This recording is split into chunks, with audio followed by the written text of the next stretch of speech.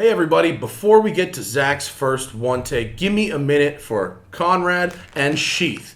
This is the McLaren F1 of underwear. It was developed by a US soldier in Iraq, where it is, you might say, hot as balls. And to get around the hot as balls issue, they developed the pouch. The pouch keeps things separate. It allows for some airflow, a little movement, and avoids the stickiness. Now you go, Matt, it's probably kind of weird to use the first couple times, right? So was the McLaren F1 the first time somebody sat in the middle. But now those things are $10 million, and when you try Sheath, you're going to be saying the same thing to me. Weird, but awesome. I got 25% off for you. Hit the link in the description. This stuff is delightful, and the newest batch they've sent me is actually the best material they've ever used. Good job, Sheath. Now, I put Zack to work, and I hope you guys enjoy it.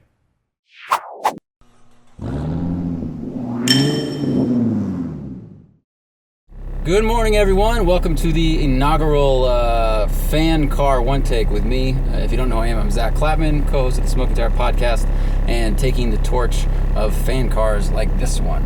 And this is Randy. Randy, hey, Zack. Thank you for coming out this morning. My pleasure.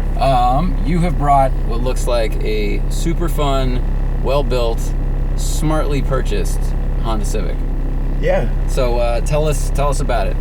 It's a 95 Honda Civic DX.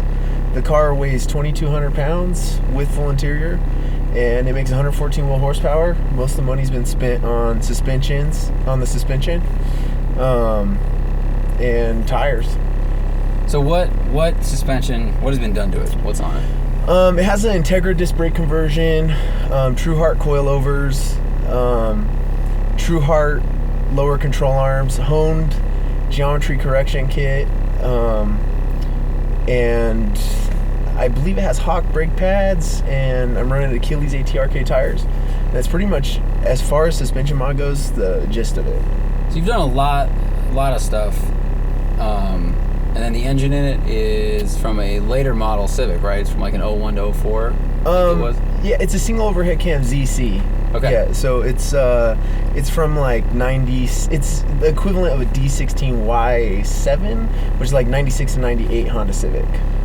Pretty awesome. Okay, so it's a little more power than they came with, but not by much, because these things came with like 120 crank, I think, and now you're almost at like 120 wheel. Yes, I believe they came with like 104 or something crank. Something really bad, and there was like an even cheaper option years before that was even worse. Right. All right, well, let's take a drive and we'll talk more about this, but I'm pretty stoked because the few modded Civics I've driven like this are always a lot of fun, and I think they get overlooked, especially today. Sweet.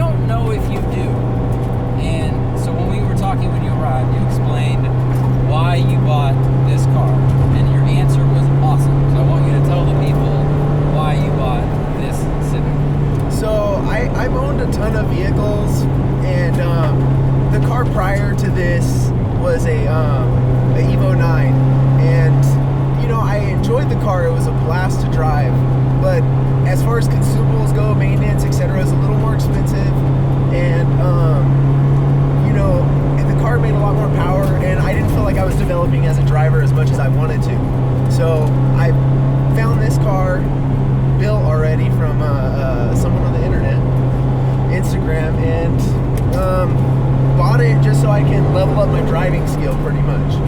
That was what you said when I asked why you bought it. You said, I want to work on my driver mod, which is so important and so overlooked. I mean, everyone, a lot of people, I think it's really easy to get caught up in the modification game. And I have done that as well. We're going to go this way because it's smoother. For everyone watching, I realize this car is loud and the audio is going to be loud. So I'm going to try to drive this smoother road to help that a little bit. But I don't know if it's going to help because this thing sounds like the metallic bees from Black Mirror are all weight reduction, bro. Yeah, weight reduction.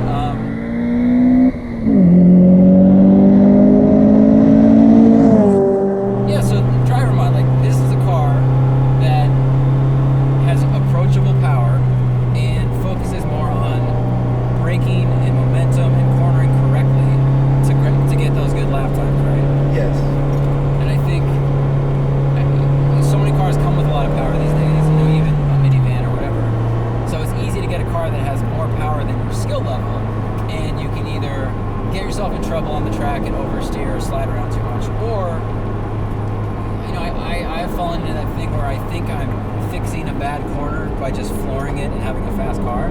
Yes. And okay, I may pass you on a straightaway, but if my lap time is still 5 seconds off of the pace of what it should be, I'm still 5 seconds off, Right. If you're driving an Aventador and you're 10 seconds off the pace, even if you're 20 seconds faster than this, you are still driving incorrectly. So how has your experience been? This thing drives so nice. Thanks. Wow, man, this is... It's got really good balance, and it doesn't lean. I mean, it doesn't lean because it has stiff suspension, but it's not that it feels so rigid just for the sake of being like, quote hardcore. Like this, it's got a little bit of compliance, just enough to kind of talk to you, and then it sets. We're staying so flat. Sorry, you were saying, we're catching a... I lost my train of thought. Is it because there's an M3 convertible in front of us with like a Le Mans wing on it? He has a wing, dude. That is a serious wing. Well, maybe it's in a Maserati. It's a little bit quieter. This is like, wow, we're being led by the depreciation squad. In descending order, it's like Prius, last forever, modded M3 vert behind it. So how has your experience, or what has your experience been at the track then? How many days have you taken to the track? So I bought this car, I think like 2 or 3 months ago, and I did one track day at Streets of Willow. I improved my lap time throughout the day about, I think, 6 or 7 seconds throughout the day. I went from a 142 to a 137. But the previous owner has ran a 130 at Streets with this car, so there's a lot of room for improvement. I think the goal I've set is if I can run a 130 in this car, I'll add power. I'll put a B-Series in it, or whatever. But as of right now, I just need to keep getting out to the track and working on my driving skill. That is a very smart. That's a good approach because it's really easy to add power these days, and it is more fun. When I was in high school, I had this 65 Pontiac, and it had blown front suspension, so it had a lot of rake when I bought it, and I thought that was on purpose, and it wasn't. The brakes were bad. It had a lot of things wrong with it, and I immediately bought an intake and headers and a carb because I was like, no, we need to go faster in this death trap that has a metal steering wheel with a spike aimed at my face. And it's only been, I think, with my experience of driving a car like this in Lemons and having a Miata and driving other slow cars and realizing, I think there's also a little bit of humility that comes with getting a little older and driving more stuff and realizing we are not all, Senna and Hamilton. Like, we all have things we can work on. Right. And stuff you can learn. And it's really hard to learn when you're almost afraid of how fast you're going. Like, if you buy a 500 horsepower car and you're like, I'm going to go learn how to drive the racetrack in this thing, and the whole time you're going, oh my God, this is fast. Right.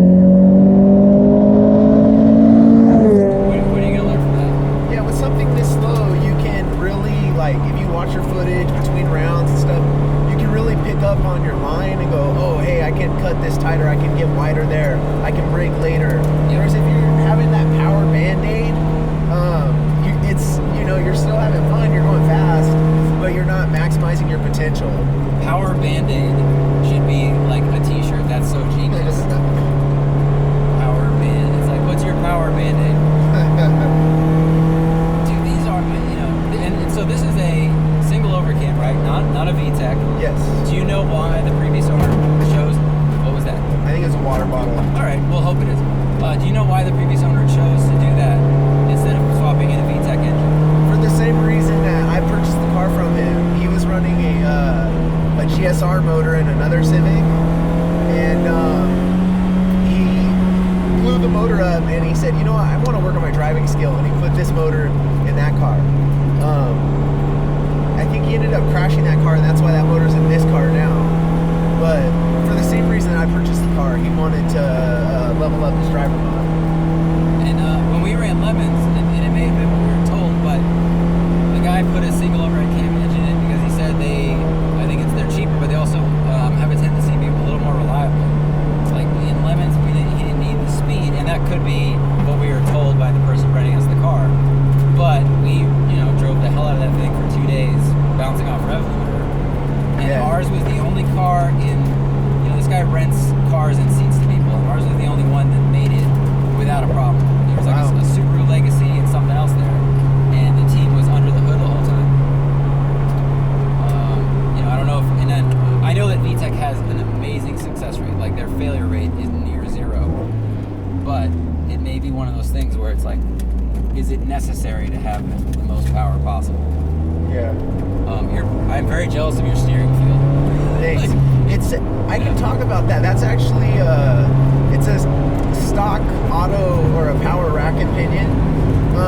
The last owner geniusly looped the lines through the reservoir, so it's actually cycling fluid through the reservoir still.